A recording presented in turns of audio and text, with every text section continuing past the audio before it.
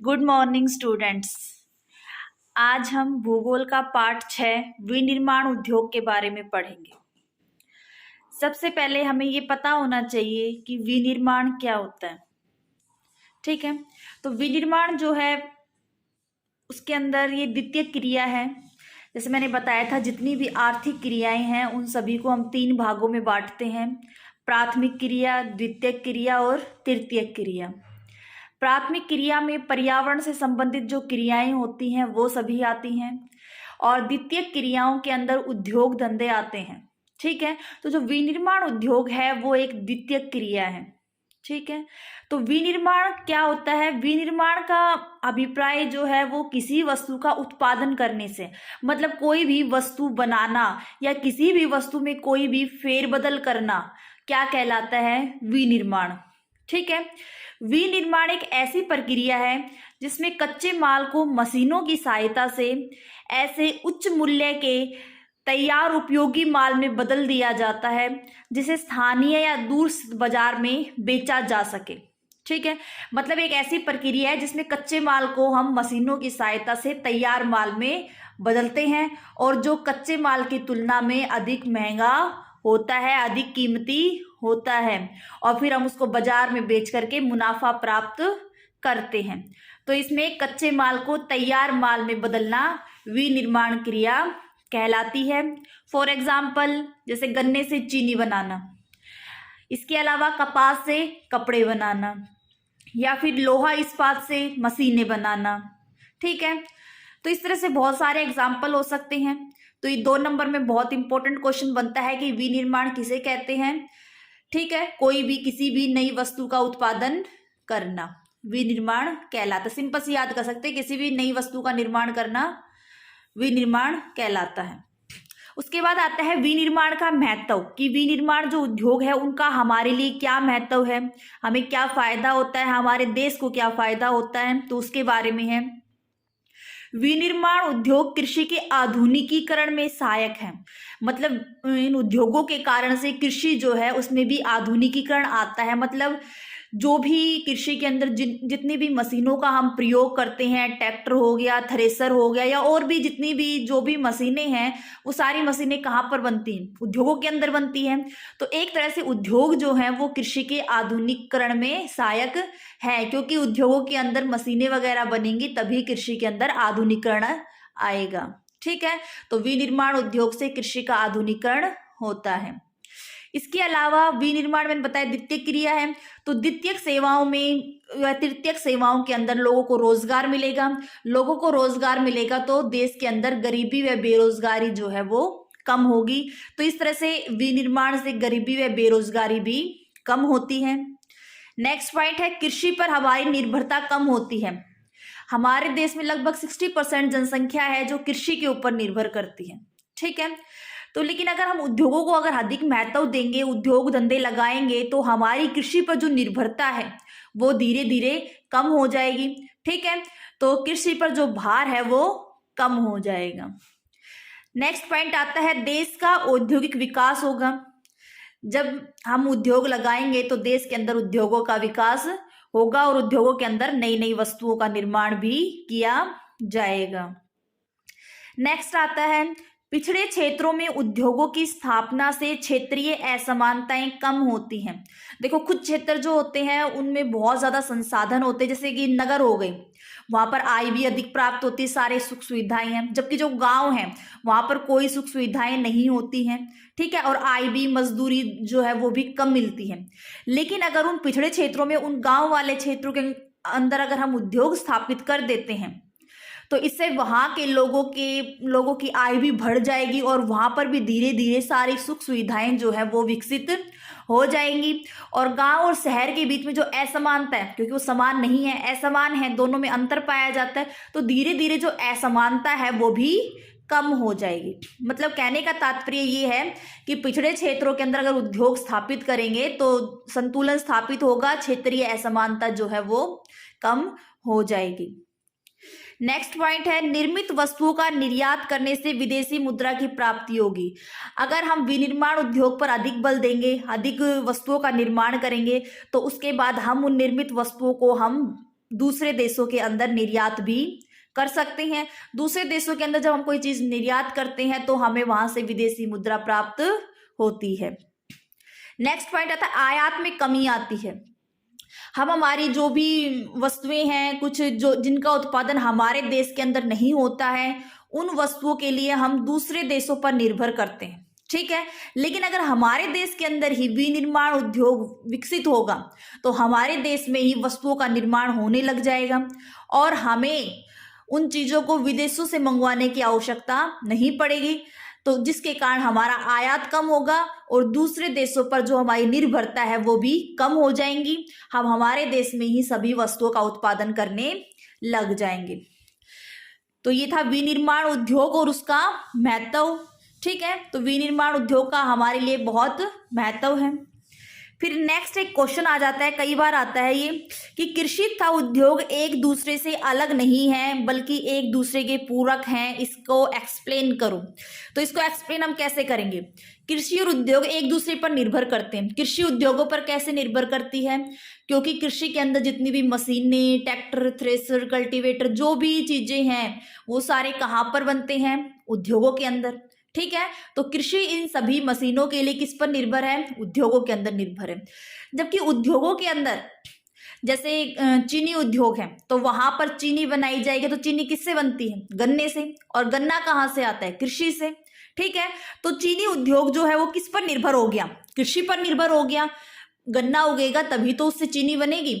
तो इस तरह से जो उद्योग जो हैं, कुछ उद्योग ऐसे हैं जो अपना कच्चा माल कृषि से प्राप्त करते हैं। जैसे कपड़ा उद्योग हो गया, तो कपड़ा जो बनता है वो किससे बनता है? कपास से बनता है। कपास कृषि के अंदर आता है, ठीक है।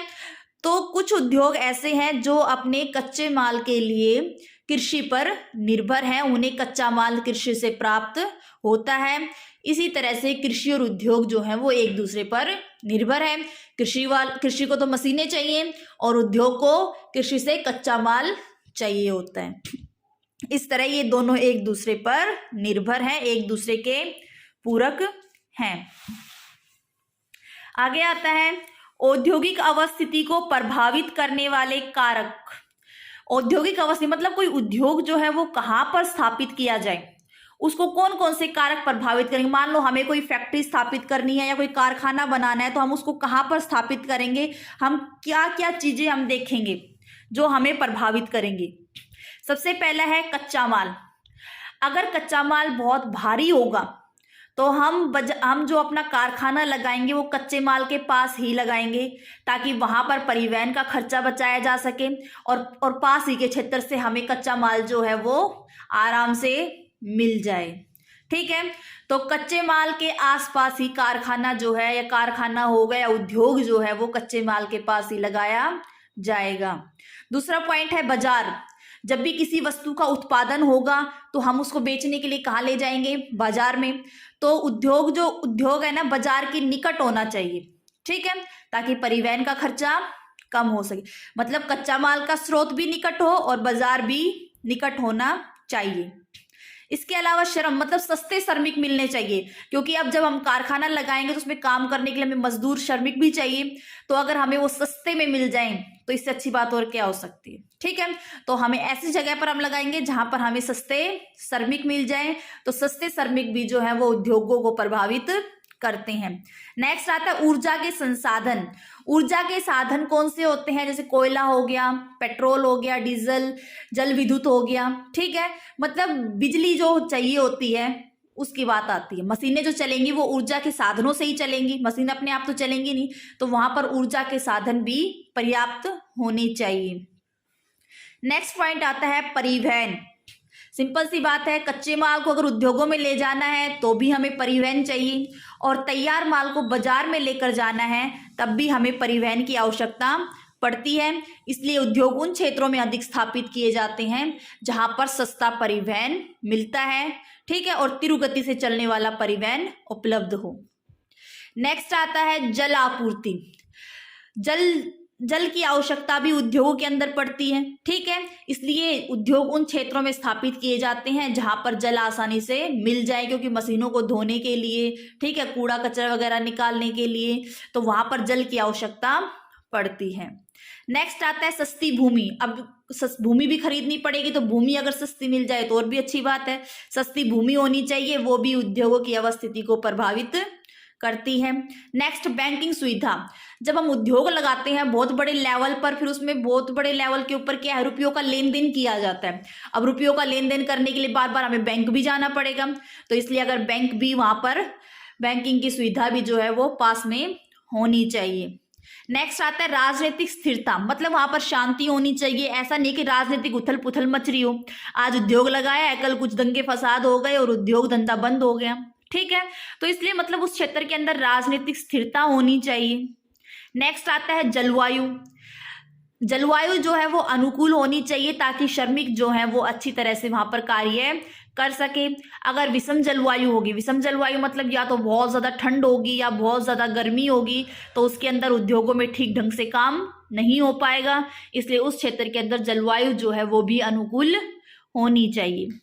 तो ये 10 पॉइंट हैं जो उद्योगों की अवस्थिति को प्रभावित करने वाले कारक हैं। इसमें कोई भी 5-6 पॉइंट हमें याद होने चाहिए। लगभग 5 नंबर के में क्वेश्चन आता है कि उद्योग की अवस्थिति को प्रभावित करने वाले कारक कौन से हैं। कच्चा माल निकट हो, बाजार भी निकट हो, सस्ते श्रमिक होने चाहिए, ऊर्जा के साधन भी हो, सस्ता परिवहन भी हो, जल सस्ती भूमि हो, बैंकिंग की सुविधा होनी चाहिए, अच्छी जलवायु होनी चाहिए और आसपास राजनीतिक स्थिरता शांति होनी चाहिए, कोई दंगा उपद्रव फसाद नहीं होना चाहिए। तो ये सभी कारक उद्योगों की अवस्थिति को प्रभावित करते हैं। नेक्स्ट आता है उद्योगों का वर्गीकरण। अब उद्योग जो है वो कई प्रकार के होते हैं, ठीक है, और कई आधार पर उनका वर्गीकरण जो है वो किया गया है, ठीक है। तो आकार के आधार पर, आकार मतलब साइज कितना है, छोटे छोटे उद्योग हैं, बड़े उद्योग हैं, उस आधार पर उद्योगों को 3 भागों में बांटा गया है। पहला है कुटीर उद्योग।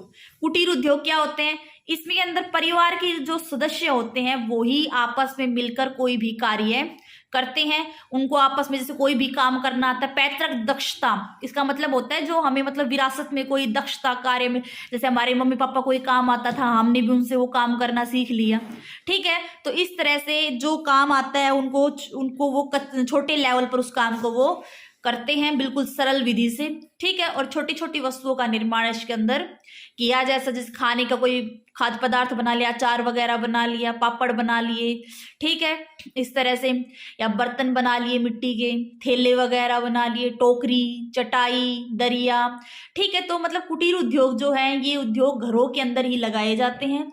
घरों के अंदर घर के सदस्य मिलकर ही ये कार्य करते हैं। और जो भी वस्तुएं बनती हैं, अधिकांश वस्तुओं का प्रयोग घर पर ही कर लिया जाता है। बाजार में थोड़ा बहुत बेचने के लिए रखा जाता है, नहीं तो लगभग सारे प्रोडक्ट्स जो हैं वो घर में यूज कर लिए जाते हैं, क्योंकि बहुत छोटे लेवल पर होता है। नेक्स्ट आता है लघु उद्योग। अब ये लघु उद्योग जो है ये कुटीर से थोड़ा सा बड़े हैं, ठीक है। इसके अंदर एक छोटा सा कारखाना भी होगा, ठीक है। इसके अंदर छोटी छोटी मशीनों का प्रयोग भी किया जाएगा, ठीक है। मजदूर जो है वो अर्धकुशल होते हैं, मतलब अकुशल होते हैं, उनमें कोई मतलब उनको कार्य करना आता नहीं है, मतलब उनको वो काम सिखाते हैं फिर उनसे करवाते हैं। कोई कुशल मजदूर नहीं रखा जाता, सब अर्धकुशल होते हैं। इसके अंदर पूंजी जो है वो भी कम ही लगाई जाती है, ठीक है, क्योंकि ये छोटे लेवल पर ही है तो इसमें पूंजी का कम प्रयोग किया जाता है। लेकिन इसमें जो भी वस्तुएं उत्पादित होती हैं वो सभी वस्तुएं जो हैं वो बाजार में बेच दी जाती हैं, ठीक है। लेकिन जो कच्चा माल जो होता है अगर वो स्थानीय बाजार में ना मिले तो वो दूर बाजार में भी, वहां से भी कच्चा माल जो है वो मंगवा लेते हैं और उत्पादित वस्तुएं जो हैं उनको भी दूर बाजार में वो बेच सकते हैं, ठीक है। कुटीर में तो सारा काम घर में होता है, कोई पैसा कोई खर्चा नहीं होता है उसके अंदर, ठीक है। घर में जो स्थानीय रूप से जो पदार्थ मिल जाते हैं, जो सामान मिलता है उसी से छोटा मोटा सामान बना लेते हैं। जबकि लघु उद्योग के अंदर छोटी सी फैक्ट्री लगाई जाती है, उसमें अर्धकुशल मजदूर होते हैं, छोटी छोटी मशीनें होती हैं, ठीक है। सामान अगर स्थानीय बाजार से ना मिले तो दूर से भी मंगवा लेते हैं और वस्तुएं बेचने के लिए वो स्थानीय बाजार में भी बेच देते हैं और स्थानीय बाजार में ना बेचे तो भाई दूर से बाजार में भी बेच सकते हैं, दोनों जगह बेच सकते हैं, ठीक है। नेक्स्ट आता है बड़े पैमाने के उद्योग। अब ये सबसे बड़े लेवल का है। अब बड़े लेवल का तो बहुत बड़ा कारखाना होगा, बहुत सारे पैसे लगाए जाएंगे, पूंजी का प्रयोग होगा, उसके अंदर बहुत सारे हजारों की संख्या में मजदूर लगाए जाएंगे, सस्ते मजदूर, ठीक है, सारे कुशल मजदूर होंगे। बड़ी बड़ी मशीनों का प्रयोग किया जाएगा, ऊर्जा के साधनों का भी, क्योंकि मशीनें जो हैं वो बिजली से ही चलेंगी, तो ऊर्जा के साधनों का भी प्रयोग किया जाएगा। अच्छी क्वालिटी की वस्तुएं बनाई जाएंगी, ठीक है, कोई भी निम्न क्वालिटी की वस्तु नहीं बनाएंगे, अच्छी क्वालिटी की बनाएंगे, और उन वस्तुओं को वो देश विदेशों में भी भेजा जाता है। मतलब बड़े पैमाने पर, बिल्कुल बड़े कारखाने, बहुत सारे पैसे लगाए हैं, बहुत सारे मजदूर हैं, बहुत सारी मशीनें हैं, और अच्छी वस्तुओं का निर्माण करते हैं। बड़े लेवल पर जो काम होता है वो इसके अंदर आता है। मतलब साइज के आधार पर एक छोटा हो गया, एक बड़ा हो गया, एक बीच का हो गया। उसके बाद आता है कच्चे माल के स्रोत के आधार पर, कि कच्चा माल कहाँ से मिलता है, उसके आधार पर उद्योग दो प्रकार के हैं। पहला है कृषि आधारित, दूसरा है खनिज आधारित। कृषि आधारित उद्योग वे उद्योग होते हैं जिनको कच्चा माल कृषि से प्राप्त होता है। जैसे चीनी उद्योग हो गया, चीनी बनाएंगे तो कच्चा माल कहाँ से आएगा, कृषि से। गन्ना आएगा, गन्ने से बनती है ना, तो गन्ना कहाँ से मिलेगा, कृषि से। इसके अलावा चाय पत्ती, तो पहले वो चाय की पत्ती तोड़ी जाती है बागानों के अंदर, कृषि से ही आती है, बाद में उसको किस तरह से बना करके उसकी चाय पत्ती बनाई जाती है। सूती वस्त्र हो गया, कपास से सूती वस्त्र बनाना, ठीक है। तो ये इन सभी के अंदर सारे जो भी कच्चा माल है वो कृषि से प्राप्त होता है। नेक्स्ट आता है खनिज आधारित, जिसके अंदर कच्चा माल जो है वो खनिजों से प्राप्त होता है। खनिज वो होते हैं जो जमीन के नीचे से निकाले जाते हैं, जैसे लोहा, इस्पात, सीमेंट, एल्यूमिनियम, ठीक है, ये खनिज आधारित उद्योग कहलाते हैं। नेक्स्ट आता है स्वामित्व के आधार पर। स्वामित्व मतलब उनका स्वामी कौन है, सार्वजनिक है। इसका मतलब है कि वो सरकार के द्वारा वो उद्योग जो है वो संचालित किए जा रहे हैं, उनके मालिक सरकार है, सरकार उनको अपने हिसाब से चलाती है, ठीक है। निजी, जब स्वामित्व कुछ लोगों के हाथ में हो, निजी लोगों के हाथ में हो, ठीक है। संयुक्त, जिसपे सरकार व निजी दोनों साथ मिलकर उस क्षेत्र को चला रहे हैं, तो वो संयुक्त, ठीक है। तीन प्रकार के उद्योग है, सार्वजनिक, निजी और संयुक्त। सार्वजनिक पे सरकार द्वारा संचालन, निजी में निजी लोगों के द्वारा, संयुक्त के अंदर सरकार और निजी दोनों लोगों के द्वारा वो कार्य संचालित किए जाते हैं। नेक्स्ट आता है कच्चे माल की मात्रा व भार के आधार, मतलब कच्चा माल कितनी मात्रा में है उसके आधार पर दो प्रकार के उद्योग हैं, हल्के उद्योग और भारी उद्योग। भारी उद्योग में क्या आएगा, लोहा, इस्पात, क्योंकि लोहा बहुत भारी होता है, ठीक है। जबकि हल्के में विद्युतीय उद्योग, जैसे बिजली वगैरह के जो सामान बनते हैं, ठीक है, वो बहुत हल्के होते हैं। तो वो कच्चे माल की मात्रा के आधार पर ये दो प्रकार के हैं। नेक्स्ट आता है उत्पादन के आधार पर। उत्पादन के आधार पर दो प्रकार के उद्योग होते हैं, आधारभूत उद्योग और उपभोक्ता उद्योग। आधारभूत उद्योग वो उद्योग होते हैं जिनका तैयार माल दूसरे उद्योगों के लिए कच्चा माल होता है। जैसे जब लोहे को जब हम निकालते हैं पृथ्वी के अंदर से, तो वो अयस्क के रूप में निकलता है, वो शुद्ध रूप में नहीं होता है, ठीक है। और तो उसको लो अयस्क उद्योग के अंदर उसको बिल्कुल लोहे को पिघला करके, गर्म करके, और उसको फिर शुद्ध रूप में लाया जाता है। तो उस उद्योग के अंदर लो अयस्क उद्योग में तैयार माल क्या हो गया, लोहा बन के तैयार हो गया, ठीक है। लेकिन उस उद्योग के लिए तो वो क्या है, तैयार माल है। लेकिन बाद में उस तैयार माल को, उस तैयार लोहे को जो मशीन बनाने वाला उद्योग है, लोहा इस्पात उद्योग, उसके अंदर भेज दिया जाता है, जहां पर उस लोहे का प्रयोग करके उनसे मशीनें तैयार की जाती हैं। तो इस तरह जो लोहा इस्पात उद्योग जो है वो आधारभूत उद्योग का उदाहरण है। नेक्स्ट आता है उपभोक्ता उद्योग।